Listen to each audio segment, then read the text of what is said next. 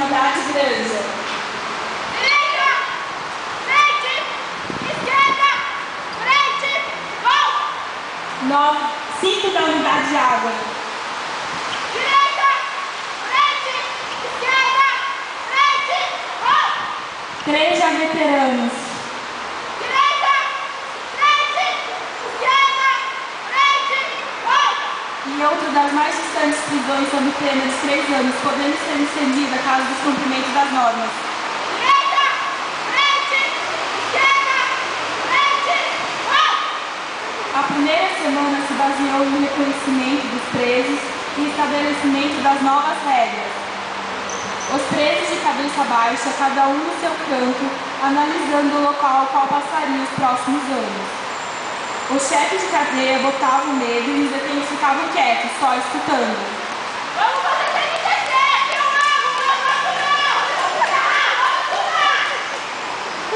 Após alguns meses, as máfias começaram a se integrar e estabelecer contato, tramando planos e descobrindo possíveis interesses comuns.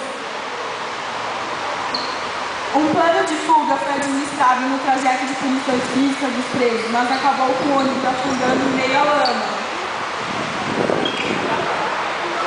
Outras tentativas de desligar os impostos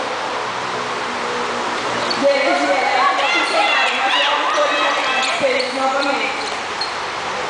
Porém, essas tentativas foram castigadas com 3 longos dias de atividade penosa, que resultaram em grandes cansaço físico e mental.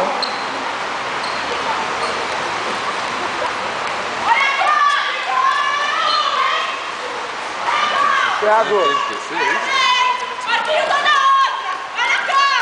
Rafael, Prova, terça-feira. vira pra ela. No primeiro bimestre, Microfone. Quadrado já faziam pratos com chefes de cadeia e batiam boca o dia inteiro. Você vira pra ela.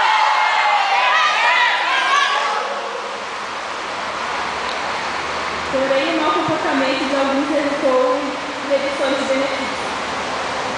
Um deles foi transferido para a unidade de Osasco e o outro, no entanto, tem a capacidade de enfurecer os detentos que tentam matá-lo todos os dias.